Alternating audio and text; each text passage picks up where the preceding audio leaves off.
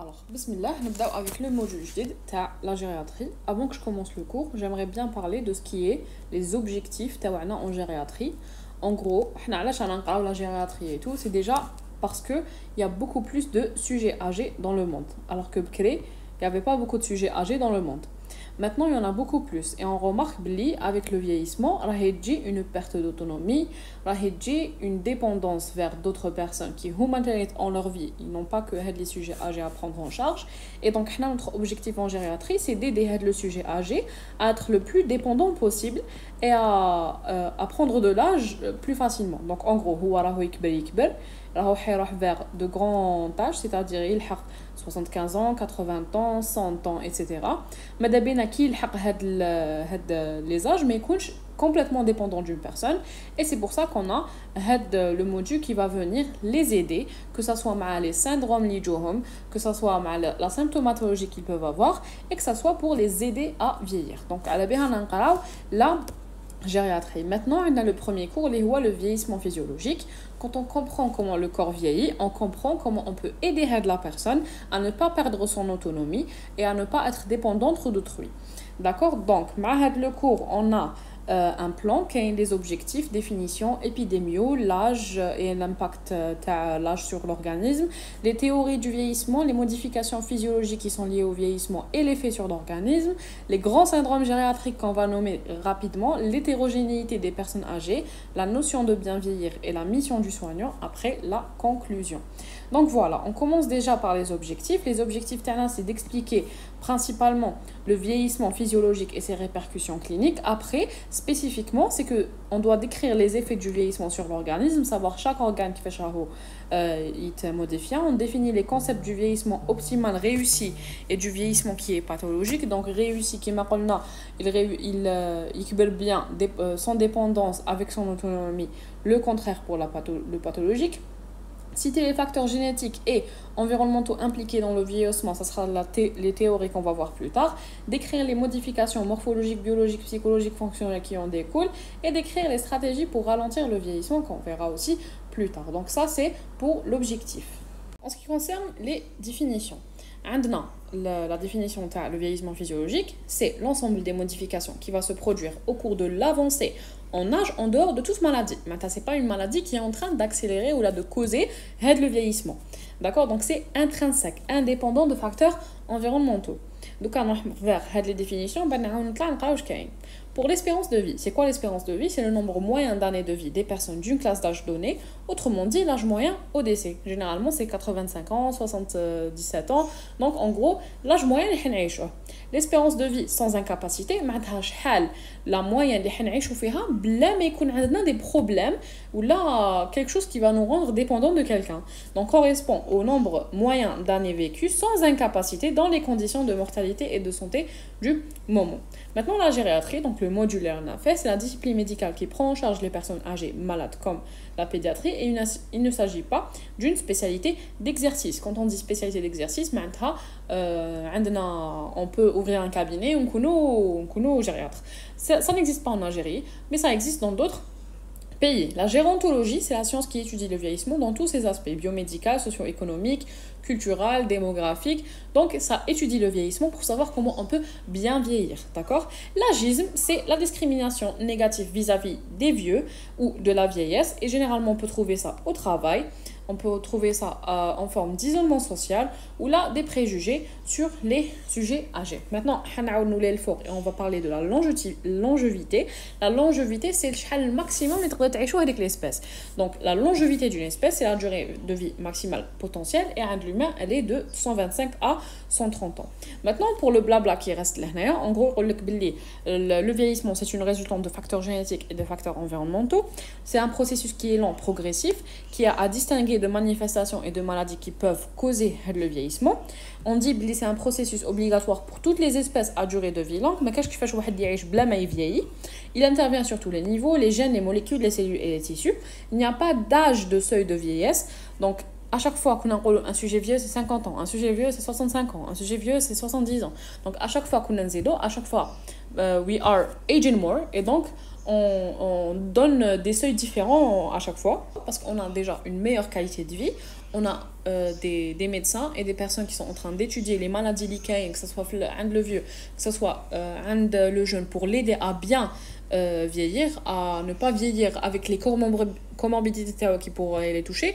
Et puis en plus de ça, mais cache le horob, et donc on n'a pas les sujets qui sont en train de mourir à un jeune âge et qui ne vieillissent pas, tout simplement. Après, l'espérance de vie sans incapacité a tendance à s'allonger ces dernières années parce qu'on est en train d'étudier ça, et elle dépend directement de notre environnement et de notre mode de vie. Voilà, donc ça c'était pour les définitions Nikkei, et en gros ça fait partie de l'introduction. Pour l'épidémiologie, en gros on dit, surtout oublier les femmes vivent plus longtemps, mais elles sont plus dépendantes à un âge donné, c'est normal, les hommes do dumb shit sometimes. Et dans un enjeu économique colossal, l'objectif c'est qu'ils vieillissent le mieux possible. C'est pour ça qu'on est en train de faire les cours. On veut que un sujet âgé, il vieillit le mieux possible, parce que économiquement parlant, qui coule un sujet âgé, il est dépendant, l'État est obligé de le compenser. باش يقدر يعيش حياته لازم تكون عنده une aide, هذيك la تانيت on doit la compenser. كاين ça, on va le voir ça dans d'autres cours, et c'est pour ça que ماذا بينا احنا تانيت pour l'économie تاعنا هذا le sujet يقعد autonome le plus longtemps possible. Donc ça c'était pour l'épidémiologie. Les effets cliniques du vieillissement sur l'organisme, هذه هي اللي سميتها âge et impact. Donc en gros, plus on a plus on a une limitation de l'aptitude de l'organisme à s'adapter à certaines situations. Donc en gros, qui te compte jeune, عندك un facteur de stress. Quand on dit un facteur de stress, ماشي معناتها t'as un examen du stress, معناتها عندك par exemple une infection, معناتها عندك par exemple un accident, معناتها tu fais un effort accru. Et ben ton corps il va s'adapter beaucoup facilement et il va faire bouger les ressources théoriques pour avancer mieux et pour pouvoir même l'affaire il s'arrête. Alors que quand le sujet il vieillit, avec le sujet âgé, il n'aura pas autant de ressources, et même le cas où les ressources, il va pas les utiliser aussi rapidement pour compenser la situation. C'est pour ça qu'on dit que vieillir correspond à une limitation de l'aptitude de l'organisme à s'adapter à une situation qui va mettre en jeu les réserves fonctionnelles comme l'effort, le stress et les maladies aiguës. Maintenant, l'âge de la vieillesse. Bon, le cours, il a donné ses âges de la vieillesse, mais le responsable, il a donné aussi les âges d'Yalo. Donc moi, je vais les citer les deux. L'âge de la vieillesse, en moyenne, c'est 45 à 59 ans. Les personnes âgées, c'est 60 à 74 ans. Le vieillard, c'est 75 à 90 ans.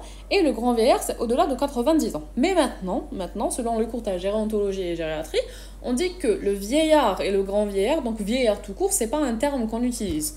On préfère utiliser senior ou là âgé. Et donc, quand on va vers le cours, il a donné d'autres seuils. Attends, le young old, le old et le oldest old. Donc le young old, c'est de 60 à 74 ans. Le old, le grand âge, c'est de 75 à 84 ans. Et le oldest old, c'est de 85 ans et plus. Et puis, on a l'OMS qui va donner d'autres définitions. Pas vraiment des définitions, c'est juste des intervalles. Et en Algérie, la personne âgée, c'est à partir de 65 ans. Voilà, donc ça c'est l'âge de la vieillesse. Maintenant, la longévité maximale, qui maintenant c'est la durée de vie maximum de chaque espèce qui est déterminée et codée sur le génome TAHA. L'espèce humaine, elle vit de 100 à 120 ans, mais le vieillissement est accéléré par des facteurs extrinsèques et intrinsèques. Intrinsèque, bien le vieillissement physiologique lui-même. Extrinsèque, bien l'environnement, comment il peut nous affecter.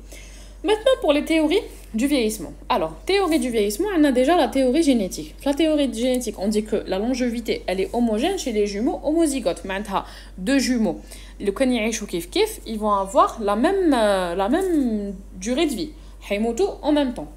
C'est pour ça qu'on dit bli kain génétique derrière. Généralement, en médecine, quand on veut dire bli kain, une théorie génétique, on étudie l'effet sur des jumeaux. Maintenant, la différence génétique chez les centenaires. En gros, on a vu les gens qui arrivent à vivre plus longtemps et vivre en bonne santé, donc sans autonomie, et ben ils ont des facteurs protecteurs et des facteurs qui vont les aider à avoir la longévité. Donc soit ils ont plus de gènes protecteurs, soit ils ont moins de gènes néfastes. En gros, les gènes ils sont spéciaux, ils arrivent à atteindre l'âge d'ailleurs. On a l'origine génétique des vieillissements prématurés, qui m'a trisomie 21, qui m'a la progéria, oui, ça donne des enfants qui sont carrément vieux, donc ça donne naissance à des vieux. Les altérations de l'ADN, qui, généralement, les mutations augmentent avec l'âge, plus on a un plus qu'il y a des altérations de l'ADN. La théorie de Hayflick qui dit que le capital de division cellulaire est proportionnel à la longévité de l'espèce. Donc, on a des cellules souches. Les cellules souches ont un seuil à partir de le seuil, mais où ont une division normale. Et c'est le seuil de vieillissement.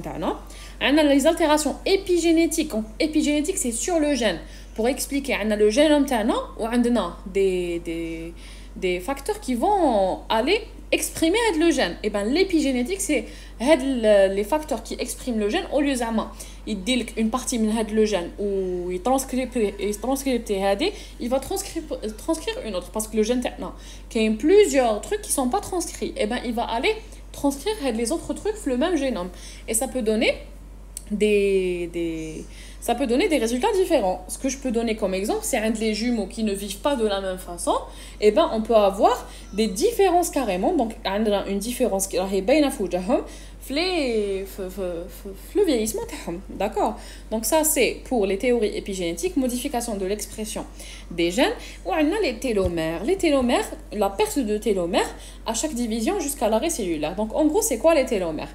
On a le génome tana. D'accord? Ou les télomères, c'est aussi, ça fait partie aussi du génome tana, c'est des réplications. En gros, une cellule, le plus elle se divise, le plus elle perd les télomères. Donc à chaque fois qu'elle se divise, elle perd les télomères. Qui elle les perd complètement? Et ben la cellule a trop ce qu'on appelle en sénescence. Et elle va arrêter de se diviser. Le facteur il est très important parce que la cellule le fait que qui avec le télomère des divisions qui sont anarchiques et ça peut causer des cancers. C'est pour ça que c'est important d'avoir la sénescence et qui sera la sénescence le plus ça, le plus mon corps il est en train de vieillir et mes organes sont en train de vieillir.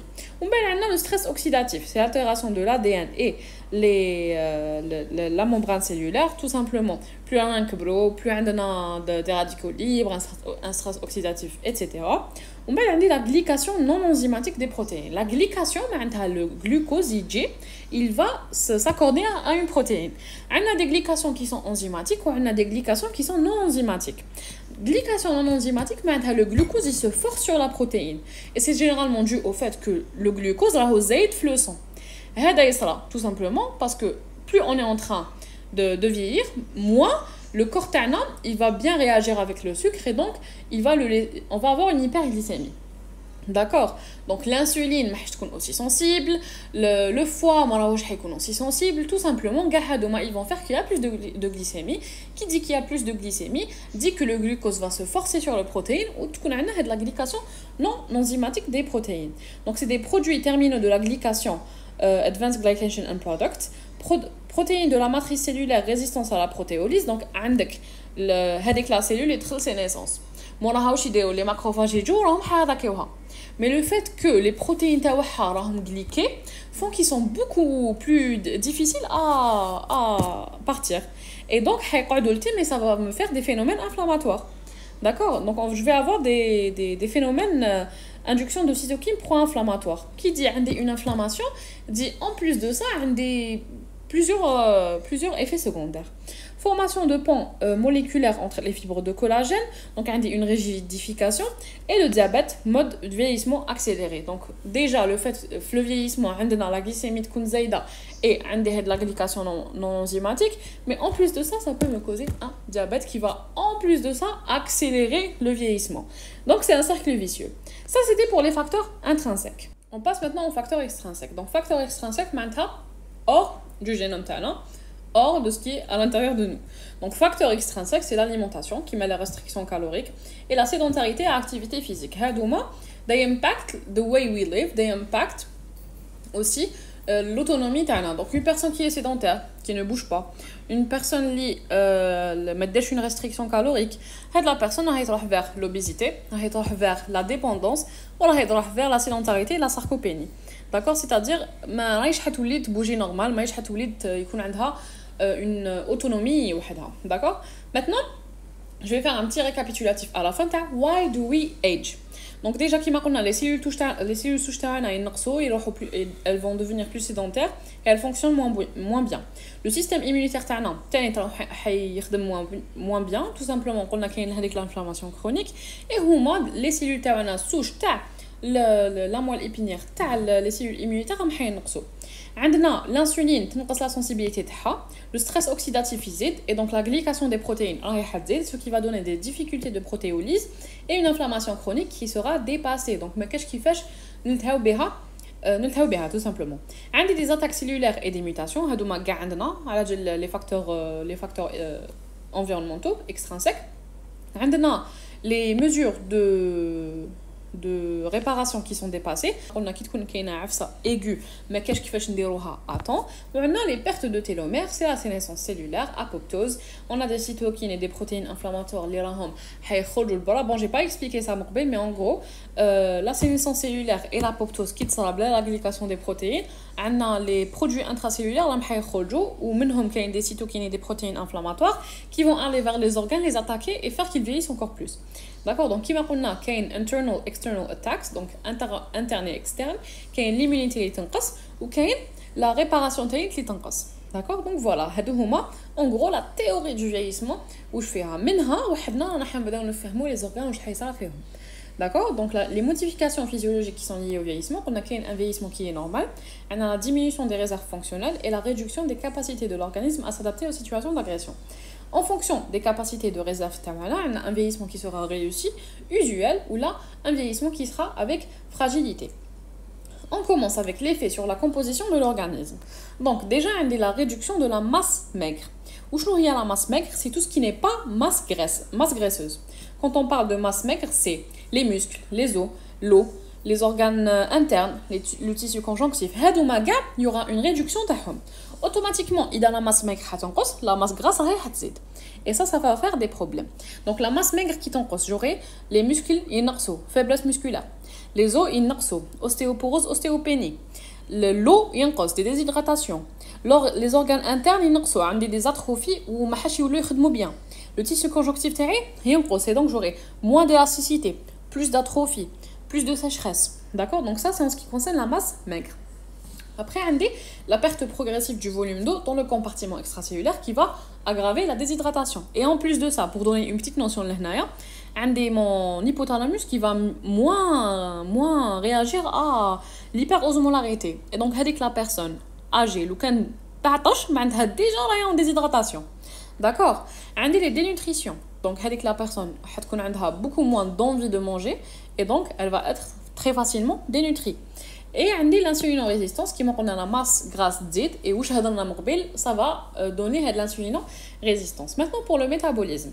Donc même le poids, alors que le poids il reste stable ou diminue peu, on note une augmentation de la masse graisseuse qui montre avec une diminution de la masse maigre. Les besoins énergétiques sont légèrement inférieurs par rapport au sujet jeune avec la même activité physique. J'ai besoin de moins d'énergie pour le même effort. Et on va voir plus tard le même effort.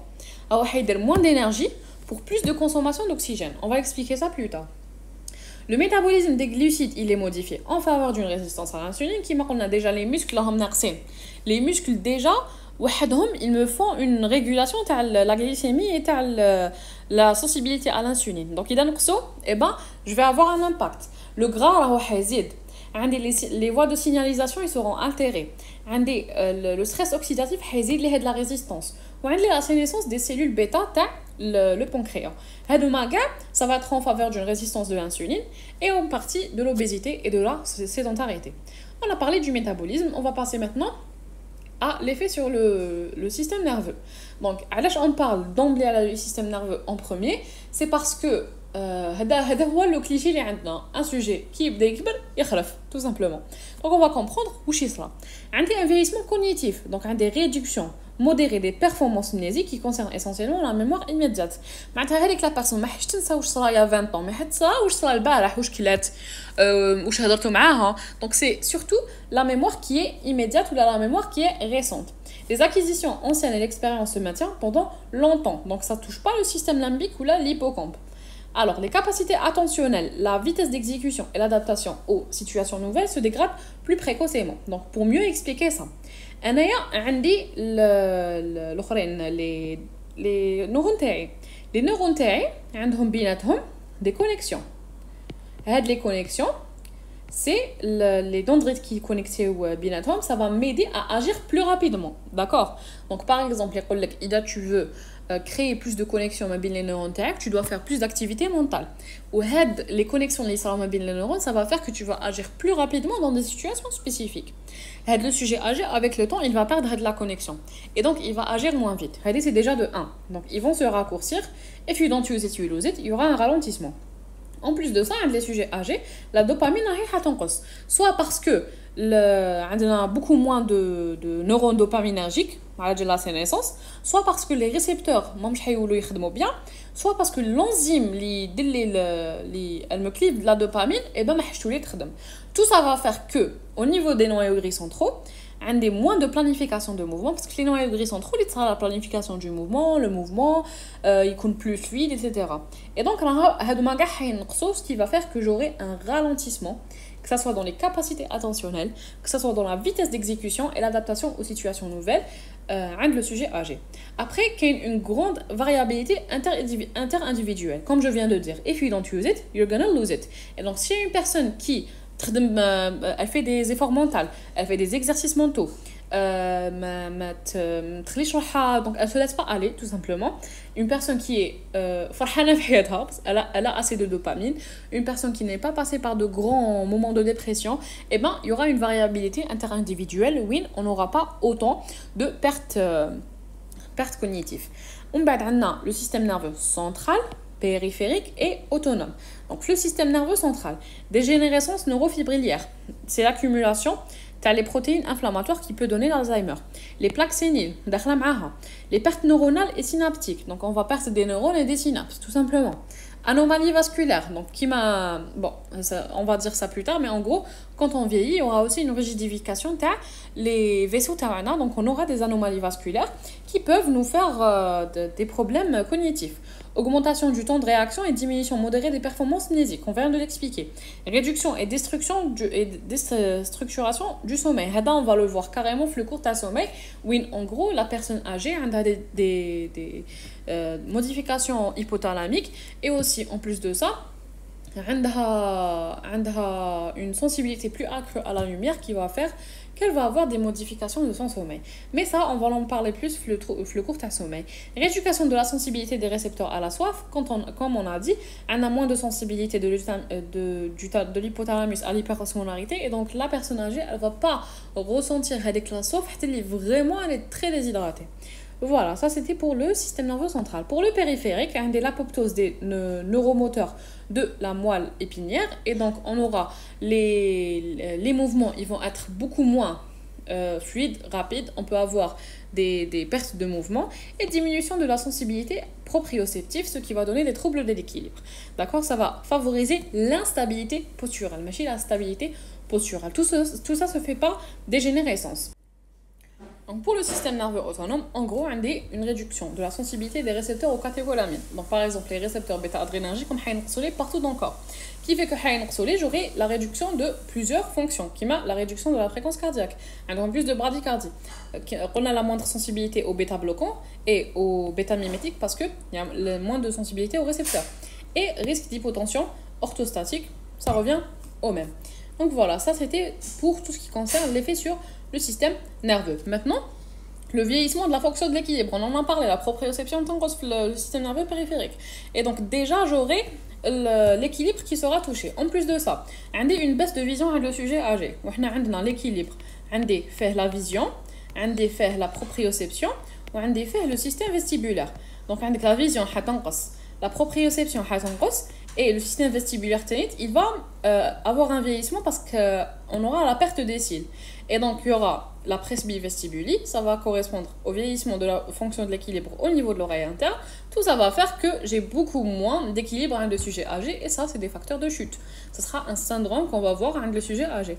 D'accord? Donc, il on a baisse de vieillissement, baisse de sensibilité proprioception, vieillissement des centres nerveux, perte neuronale corticale et de la fente musculaire aussi, les ankyloses articulaires, parce que il a une ankylose articulaire, j'ai beaucoup moins d'informations qui passent maintenant de l'articulation, le système nerveux, et donc tout ça va faire que la personne, elle sera beaucoup plus sujette aux chutes. Après, l'effet sur la composition de l'organisme, surtout le cœur. Donc le cœur, il se remplit moins car sa paroi s'épaissit et se rigidifie. C'est une pompe, c'est un muscle. Plus on avance, plus il va se rigidifier parce qu'il a beaucoup travaillé. Et du coup, il va moins se remplir parce que le ventricule gauche, il va être un peu plus hypertrophié. C'est normal, c'est avec l'âge, ça vient. Et voilà. Donc on aura une HVG. HVG va faire que ça va pas bien, la fraction d'éjection qui dit le cœur sera moins rempli tout simplement. La prévalence zid avec l'âge, mais avec l'âge, c'est un QCM. En plus de ça, on dit une diminution de la compilation ventriculaire et je peux avoir des phénomènes de fibrose et de diminution de l'élasticité vasculaire. On a les tissus conjonctifs donc l'élasticité et la fibrose, c'est généralement dû aux effets inflammatoires sous-jacents. Voilà. Il n'y a pas d'insuffisance cardiaque du seul fait du vieillissement. Donc, généralement, il a un sujet âgé de une insuffisance cardiaque. Ça sera aussi des facteurs extrinsèques d'Erlin. On assiste à un remodelage artériel parce que les artères, elles se rigidifient avec le temps. La perte du tissu conjonctif. La perte, il le tissu conjonctif. Et donc, il y a un remodelage des artères. On aura aussi une PAS lipide, donc de la pression artérielle, plus une fatigabilité du cœur, l'altération de la fonction diastolique du VG, on vient d'en parler, le VG il va pas bien se remplir, et donc la fonction diastolique s'engrosse, les risques de troubles du rythme et d'insuffisance cardiaque, qui dit HVG, dit un risque de trouble du rythme, et l'augmentation de la pression artérielle systolique, on en a parlé, l'altération de la vasomotricité artérielle par dysfonction endothéliale, je viens d'en parler aussi. Voilà, ça c'était pour l'effet sur la composition de l'organisme, surtout le cœur. Pour l'appareil respiratoire, c'est un peu plus compliqué. En gros, l'appareil respiratoire fait plusieurs trucs d'Erlin.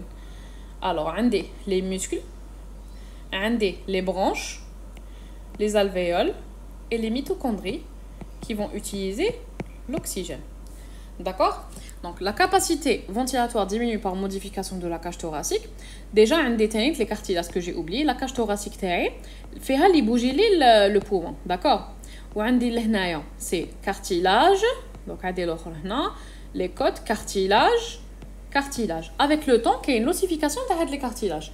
Et donc, le thorax il sera plus court et élargi avec une rigidité thoracique. Qui dit une rigidité thoracique, je ne peux pas bien expandre mes poumons. On a une diminution de la force musculaire des muscles respiratoires et une faiblesse des muscles abdominaux. Les muscles respiratoires, mais quand je le diaphragme, les autres muscles, mais une diminution de la force. Et donc, je vais beaucoup moins utiliser les muscles pour ma respiration, ce qui va faire que ma respiration sera plus difficile. Et donc, la respiration a le sujet âgé. La mécanique thoraco-abdominale, thoraco-pulmonaire est altérée. On vient de le dire, c'est la mécanique carrément, c'est la respiration, donc expanding the lungs and breathing. La ventilation de la base du poumon se fait moins bien. En gros, la PO2 diminue alors que la PCO2 est inchangée. Pour un même effort, le sujet âgé consommera plus d'oxygène que le sujet jeune. Je peux m'étaler sur ça, mais je pense pas que c'est intéressant. En gros, c'est qu'il y a une utilisation moins efficace de l'oxygène. Les muscles qui sont de bonne qualité et des mitochondries qui sont moins performantes et moins nombreuses. Et donc, ça va faire que j'ai besoin de plus d'oxygène pour produire la même énergie et faire le même effort. D'accord? Voilà. Alors, la clairance mucociliaire des branches, elle va diminuer, ce qui va faire que je vais avoir plus d'encombrement. Les muscles terriens bien, donc je ne vais pas pouvoir bien enlever de l'encombrement. Donc, on a les cartilages de la trachée et des grosses branches deviennent plus mous. C'est pour ça que l'effort de tout est moins efficace. En plus de ça, les muscles terriens bien, donc bien. Diminution de la compliance pulmonaire et thoracique, on en a parlé. Réduction du volume des muscles respiratoires, on en a parlé. Réduction de la capacité ventilatoire, on en a parlé. Et la capacité de diffusion de l'O2 et PaO2 diminue progressivement avec l'âge, on en a parlé. Alors maintenant pour l'appareil locomoteur, on a deux modifications, anatomique et fonctionnelle, ou physiologique. Donc pour l'anatomique, c'est ce qu'on appelle surtout la sarcopénie, parce qu'on a une diminution de la masse musculaire. Qui dit une diminution de la masse musculaire, c'est la force musculaire, c'est la fonctionnalité du muscle parce qu'il est atrophié. La fonctionnelle, c'est la diminution de la force musculaire. Alors, il faut savoir que la sarcopénie, elle n'affecte pas que le sujet âgé. D'accord? Elle peut affecter le sujet jeune. Mais principalement, c'est le sujet âgé. C'est un phénomène pour la diminution de la force musculaire, c'est un phénomène qui est physiologique. En plus de ça, donc on est en train de parler de muscles, une réduction de la mobilité et de la flexibilité. On va avoir une réduction de la densité osseuse, donc je peux avoir une ostéopénie, une ostéoporose. C'est surtout parce que l'activité des ostéoblastes, les cellules souches, c'est naissance, les ostéoblastes les muscles. Et en plus de ça, l'absorption de la vitamine D تنقص. Et en plus de ça, le sujet âgé ما يحبش يخرج بزاف ما يحبش يتضربوا الشمس et donc j'aurai moins de vitamine D tout simplement. Le tissu osseux, on a une diminution de la densité osseuse et de la résistance mécanique de l'os. La résistance mécanique de l'os, en gros, quand on marche, quand on fait une activité physique, l'os il va avoir un effort, une résistance mécanique, et avec la résistance mécanique, elle stimule les ostéoblastes pour يخدموا l'os plus. Le sujet âgé, même quand il a une résistance mécanique, et ben les ostéoblastes ne vont pas bzaf. Et en plus de ça, il ne bouge bzaf, donc il n'y aura pas de la résistance mécanique. On a un amincissement de la corticale de l'os et une augmentation de la graisse de la moelle.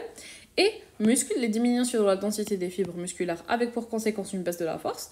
Articulation, tendance à l'ankylose et amincissement du cartilage articulaire. En plus de ça, on a la réduction en eau, c'est pour ça que ça va aller vers l'amincissement du cartilage et aussi la tendance vers l'ankylose. On a les glycosaminoglycases, ils seront modifiés.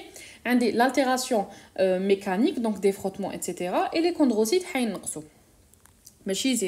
tout ce que je suis en train de dire là et qui est en rouge, c'est des trucs, tu as les QCM ou là tu as les crocs, les tahots déjà. Maintenant, avec l'appareil locomoteur, qu'on a la densité des fibres musculaires, ça me donne des sarcopénies, la perte de masse musculaire, la diminution de la force, changement dans la composition des fibres musculaires, diminution de la capacité à récupérer après l'effort et réduction de la capacité aérobique. Voilà, donc ça c'était pour l'appareil locomoteur, j'ai tout dit, surtout je QCM. L'appareil urinaire, le rein et le reste, donc les urtères, la vessie, etc. Donc pour le rein, on a des diminutions de sa taille, donc la taille tao, on a le poids et le volume des reins après 50 ans. Donc déjà ça, c'est un truc de QCM parce que je me rappelle de l'avoir vu. Voilà. Donc diminution de la taille, diminution du volume et diminution du poids. Après, on a une réduction de la filtration glomérulaire et on a une modification de la fonction tubulaire.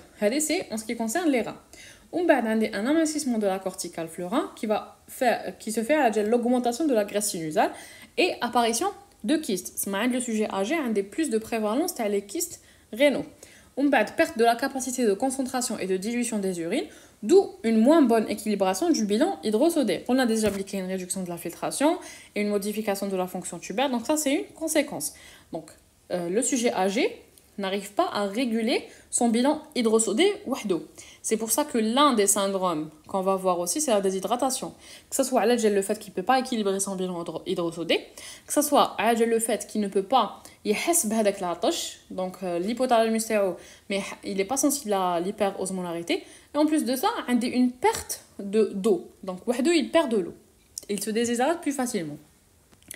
La fonction endocrine du rein est altérée, donc la sécrétion des EPO et l'hydroxylation de la vitamine D, ça va ajouter le fait que les cellules souches mahchikono bzaf parce que le EPO manquage, ou l'hydroxylation de la vitamine D, تنقص l'activité des ostéoblastes et de la formation d'os. La sensation de plénitude vésicale est émoussée chez les femmes âgées et dans les deux sexes, le vidange de la vessie est moins complet avec un résidu post-mictionnel. Déjà, on a le muscle du détrusor et on fait la miction تاعنا. Qui dit une perte musculaire, dit le détrusor il sera moins efficace. En plus de ça, les récepteurs les récepteurs neuronaux tout simplement ils vont diminuer et on aura une instabilité vésicale, donc on peut avoir une perte spontanée les urines avec le sujet âgé. Donc voilà. Autre particularité clinique, عندي le sujet âgé, le sommeil تاعو la durée elle diminue et son organisation elle est modifiée, donc il y a une fragmentation du sommeil avec des micro-éveils et altérations qualitatives du sommeil. J'ai dit que j'expliquerai le sommeil, mais je vais aussi rajouter le fait que la mélatonine a تنقص مع l'âge, et c'est pour ça que عندي les micro-éveils et les fragmentations du sommeil. La sensation de soif elle diminue, on vient d'en parler, et la douleur chez le sujet âgé a plus de difficultés à verbaliser sa douleur et à la localiser. Voilà, tout simplement. Donc, il a plus de difficultés à verbaliser, à localiser. L'effet sur l'appareil génital et la fonction sexuelle. Donc, chez la femme ménopausée, baisse des sécrétions oestrogènes et oestrogènes tout simplement. Chez l'homme, c'est la testostérone et augmentation du volume de la prostate. Les glandes mammaires, l'utérus, les ovaires et les gars, ils vont s'atrophier. La muqueuse génitale, elle va aussi s'atrophier et elle devient plus sèche. Chez l'homme, il y a une diminution de sécrétion de la testostérone. On en a déjà parlé, mais bon. L'activité sexuelle, elle diminue, mais elle ne disparaît pas chez une proportion importante des personnes âgées. Chez l'homme, l'érection, elle est moins forte et nécessite une stimulation qui est plus longue. Et chez la femme, la diminution de la lubrification peut rendre les rapports gênants. Voilà, la bouche et la dentition, il existe une usure physiologique des dents, donc un facteur mécanique. On utilise beaucoup nos dents, donc on fait une usure mécanique, tout simplement, avec une diminution des capacités masticatoires. Déjà, les capacités masticatoires sont aussi dépendants des muscles du visage qu'on a, et donc, la force musculaire, automatiquement, on a une diminution des capacités masticatoires. On a une rétraction de l'os alvéolaire et une plus grande mobilité des ligaments alvéolo-dentaires. Donc, les l'os alvéolaire, ou les ligaments alvéolo-dentaires. Et donc, qui dit rétraction de l'os alvéolaire, dit ça va s'accompagner de la mobilité de ça. D'accord? Ça, c'était pour la bouche et dentition. L'appareil digestif. Donc, en gros, d'emblée, un des diminution du flux salivaire, donc plus de sécheresse, hypochloridrie gastrique, donc moins de digestion. Le transit, il est ralenti, pas que à la de l'hypochloridrie, mais aussi à la diminution du péristaltisme. Donc, il y a donc, le côlon interne a tout simplement en sénescence, et donc on aura le transit ralenti et diminution de la masse du débit sanguin hépatique. Donc, environ 30% des sujets âgés qui ont plus de 80 ans ont une gastrite atrophique ou la hypochloridrie, avec des diminutions des défenses anti-infectieuses, ce qui veut dire que des bactéries peuvent se greffer, surtout l'Helicobacter pylori, et une diminution de l'absorption du fer et de la vitamine B12, ce qui peut aggraver les symptômes nerveux. Le vieillissement seul n'explique pas le ralentissement intestinal. On a plusieurs trucs en plus. Il y a le fait qu'il y a une déshydratation, et donc le péristaltisme qu'on ralentit, qu'il y a des traitements qui sont ralentisseurs. Chez le sujet âgé, il prend généralement beaucoup de traitements, et qu'il y a des traitements qui sont ralentisseurs, qu'il y a une alimentation que le sujet prend. Donc voilà, et le fait que le pancréatite il travaille pas autant, la fonction exocrine fait qu'il ne produit pas beaucoup d'enzymes pancréatiques, donc la digestion et le péristaltisme. La sensibilité anorectale diminue avec l'âge, c'est une diminution de la sensation de besoin et d'accumulation de sel dans le rectum, c'est nerveux, et la fonction exocrine du pancréas diminue, on en a parlé, la taille du foie diminue également, sans répercussion sur sa physiologie, elle devient proportionnelle au sujet âgé. Maintenant, peau fanaire et vieillissement cutané. En gros, avec le temps, j'ai une perte de mon tissu conjonctif, j'ai une perte de ma masse maigre, et je vais avoir une peau qui est plus fine, plus sèche, plus ridée, plus sujette aux lésions dégénératives. Donc, on a le tissu conjonctif, la déshydratation, les rayons UV, donc l'attaque de la peau vont faire que ça va accélérer la dégénérescence des tissus conjonctifs. La perte de l'élasticité de la peau se manifeste par les plis, les poches sous les yeux, les lobes des oreilles qui pendent.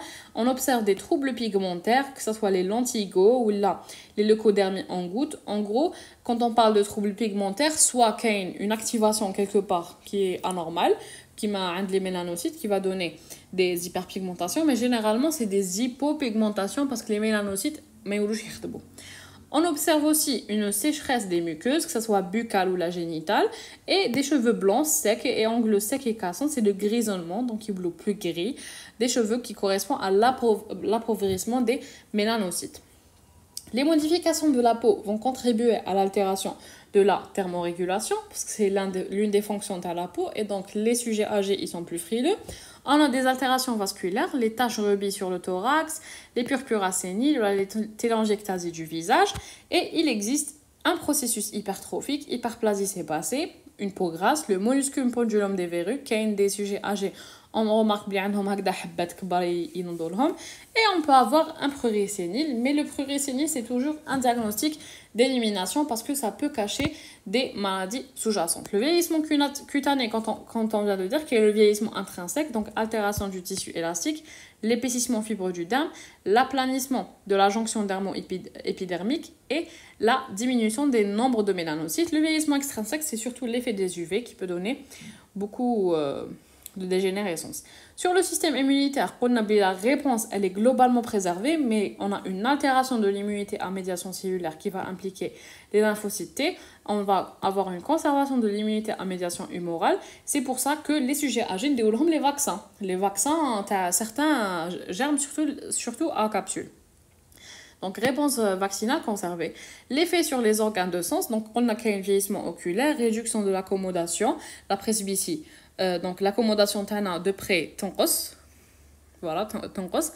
L'opacification du cristallin, ça peut donner des cataractes, un vieillissement cochléo-vestibulaire, donc on a le presbyvestibuli, diminution de l'acuité auditive, presbyacousie, donc avec le temps on entend moins, et la perte des cils, la perte de l'utilisation du vestibule, on en a parlé.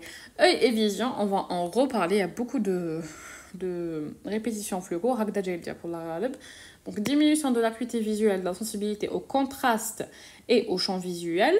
Généralement, le vieillissement physiologique, il débute dès l'enfance. Donc, la personne, surtout, elle lit beaucoup. Et l'accommodation de près, toutes les structures de l'œil sont modifiées, cornée, cristallin. La peau des paupières perd son élasticité et la production du film lacrymal est diminuée, d'où une sécheresse oculaire. Le sujet âgé, il est sec. Ça peut donner une cataracte en modification des fibres protéiques du cristallin. Audition, goût et odorat, la sensibilité gustative semble diminuer au cours du vieillissement et donc le sujet âgé, qui met un sujet jeune. Et donc c'est surtout pour les substances qui sont salées, amères, que pour les substances sucrées. Une diminution marquée de la sensibilité olfactive et de la capacité d'identifier les odeurs, que ce soit par troubles cognitifs ou là que ce soit par perte des cellules olfactives, tout simplement. Le plaisir de manger est diminué par l'altération du goût et de l'odorat et risque d'être source d'anorexie et de dénutrition, comme on a dit au début. On a fini avec ce qui est sur les organes. Donc maintenant, on va parler de les grands syndromes gériatriques. Donc, on a déjà les chutes. On en a parlé, le sujet âgé, les chutes sont fréquentes, que ce soit à la gel, le fait que les muscles ont des moins de force musculaire, l'altération de l'équilibre taille, l'altération de la vision. Ils peuvent faire que le sujet âgé a plus de chutes. Donc c'est plus fréquent. 1 sur 3 chutera au moins une fois après 65 ans. 1 sur 2 après 85 ans. 1% des chutes seulement se compliquent de fractures ou de traumatisme. Le traumatisme psychologique marque souvent l'entrée dans la dépendance. La personne tous les traves et donc elle demande à d'autres personnes de rester avec elle. Surtout, il a et les facteurs de risque de chute sont nombreux et souvent associés à une même personne. On verra ça avec le cours ta chute. L'incontinence, elle est fréquente et elle atteint en particularité les femmes, tout simplement parce que on a l'utérus c'est généralement à la vessie. Avec le temps, on va avoir des incontinences, que ce soit vésicale ou fécale. Les causes en sont variées. Il peut agir une hyperexcitabilité vésicale. Les mictions par regorgement peuvent être prises pour des manifestations d'incontinence. Les mictions à regorgement, tout simplement, c'est la vessie qui est mamra et tibda تطلق un peu le contenu taha. Et donc je peux dire que ça c'est une incontinence alors que non, c'est juste que la vessie est mamra. Les troubles cognitifs, c'est un syndrome confusionnel aigu d'origine métabolique ou la médicamenteuse dans la plupart des cas. Et c'est un état démentiel chronique dont la cause la plus fréquente, c'est la maladie d'Alzheimer. La dépendance va résulter d'incapacité physique et mentale. C'est ce qu'on a envie d'éviter. Elle peut être soit physique ou psychique. Physique, c'est quand vraiment qu'il y a une aberration physique qui fait que lésme une personne taouno. Donc le psychique, il est bien, mais le physique, il n'est pas bien. Psychologiquement, il n'a pas besoin d'être la dépendance, mais physiquement, il en a besoin. C'est le contraire, la dépendance psychique. C'est que physiquement, il n'a pas besoin d'une personne taouno, mais psychologiquement, il a besoin d'une personne qu'on m'a. C'est pour ça qu'il m'a dit, c'est le traumatisme psychologique, c'est l'exemple haïlka. L'hétérogénéité des personnes âgées. Donc, il y a des personnes âgées qui sont bien importantes ou il y a des personnes âgées qui sont fragiles. Le concept de la fragilité, c'est un syndrome clinique qui traduit une réduction multisystémique des capacités physiologiques qui va limiter l'adaptation au stress. C'est-à-dire un changement brusque. Quand on parle de stress, ça veut dire changement brusque. Ce qui va faire des décompensations fonctionnelles qui vont créer des dépendances. Et là, le concept de la fragilité. Comment je vais dépister les personnes fragiles? Il y a plusieurs tests, plusieurs échelles. Le Mini Mental State Examination, donc là, je vais dépister et quantifier le déficit cognitif. Il y a l'activité of daily living skill, donc je vais voir l'activité tous les jours, donc parler au téléphone, faire des trucs normaux pour voir ce qu'il est autonome. Le time up and go, ça va faire le risque de chute et de troubles de l'équilibre. Le Mini Nutritional Assessment MNA, c'est évaluer l'état nutritionnel. Chaque cours, on va en parler en détail. Donc, les trois notions, on a un vieillissement réussi, un vieillissement avec fragilité et un vieillissement avec dépendance. En gros, entre le vieillissement réussi et le vieillissement avec fragilité, il y a une réversibilité à l'aide des thérapeutiques, la nutrition, l'activité physique, sociale, etc. Mais le cas de la dépendance, on a besoin d'une personne pour pouvoir subvenir à nos besoins, surtout à l'aide d'un stress donc on n'arrive pas à subvenir à nos besoins, et bien là on l'irréversibilité. C'est pour ça que on fait tout on évite l'irréversibilité et on évite la dépendance. Les stratégies pour ralentir le vieillissement, donc on a la sénescence physiologique. Pour faire des préventions, c'est surtout tout ce qui est activité physique, qui m'appelle if we don't use it, you lose it. Donc on essaie de faire ce qui est nécessaire pour ne pas perdre nos fonctions. Les déficiences sensorielles, on va les corriger. Donc il y a prothèse. L'augmentation rapide de la fréquence et de plusieurs maladies avec l'âge, donc on va les dépister. On va la déficience cognitive, on va la déficience des autres organes de sens, etc. La santé mentale, donc je dois maintenir une activité intellectuelle à un effet favorable. L'exercice paraît utile pour le cerveau comme pour le muscle, et le rythme du vieillissement intellectuel semble dépendre du capital intellectuel initial, donc il c'est génétique, mais aussi du fait qu'on utilise notre cerveau et notre matière grise. Le maintien d'une activité intellectuelle à effet favorable, c'est juste pour dire que l'exercice qui me rend exercice du cerveau, mais aussi exercice physique. Et généralement, par exemple, des trucs qui vont aider la cognition. La santé psychosociale, c'est le rôle social de la personne âgée, son intégration dans la société, le sentiment de son utilité et une influence directe sur la santé mentale et sociale de la personne âgée, dépendant de l'attitude de la société. Donc, on doit les inclure. Par exemple, nos grands-parents, on les inclut des activités, we give them tasks, donc on leur dit des choses, ils vont se sentir utiles. Dernière notion, c'est la notion du bien vieillir et la mission du soignant dans la prise en charge de la personne âgée. Donc la notion du bien vieillir, c'est de vieillir sans maladie et sans dépendance. C'est la capacité de résistance au stress. Donc on doit nzido les ressources qui génèrent le stress. Donc ça is unexpected. Persistance d'une activité productive avec un bon réseau relationnel qui m'a un bon support de la famille et les soignants. La mission autant que soignant, c'est de connaître les notions de base du vieillissement normal sans pathologie pour pouvoir dire c'est un vieillissement normal ou là c'est pas un vieillissement normal. Adapter la prise en charge, la parole, geste, l'écoute, patience. Donc c'est une personne qui a des troubles cognitifs, des tests, elle fait l'activité cognitive. C'est une personne qui va pas bien, je lui donne des lunettes, etc. Communiquer avec la famille, parce que oui, la famille aussi, elle a un grand rôle, surtout social, en isolement, en dépression. Respecter la personne âgée, donc c'est pas parce que c'est une personne âgée, l'hygiène au pays, qu'on doit ne pas la respecter, qu'on doit dire, bon, c'est pas une urgence, etc. Et préserver son autonomie avec tout ce qu'on a dit en haut. Le vieillissement interorganes, donc bon, on a bien un vieillissement inter-individuel, donc كل واحد كيفاش يكبر. كاين aussi un vieillissement interorgane, donc chaque organe كيفاش يفيي. كاين des organes qui vieillissent plus que d'autres, tout simplement. هذه لقيتها QCM, c'est pour ça que j'ai ajouté à la fin. En conclusion, l'âge de l'état civil est peu contributif. C'est surtout la personne هذيك كيفاش l'âge de l'état civil, il est peu contributif, c'est-à-dire que ماشي parce que في عمره 80 سنة qu'il est dépendant. Le vieillissement est remarquable par l'inégalité avec laquelle il remodèle les organes, fonctions et individus. Une bonne connaissance du vieillissement normal est indispensable et la fragilité répond aux interventions et demeure réversible. Donc c'est pour dire que c'est pas parce qu'une personne elle est fragile, donc elle répond pas bien au stress, qu'elle va rester ainsi toute sa vie. On a des moyens de réverser ça. Donc voilà, on a fini avec le cours. Tout ce qui est en rouge que vous avez vu durant la vidéo, c'est des QCM et vous trouverez le support sur le site Mycedia. Merci.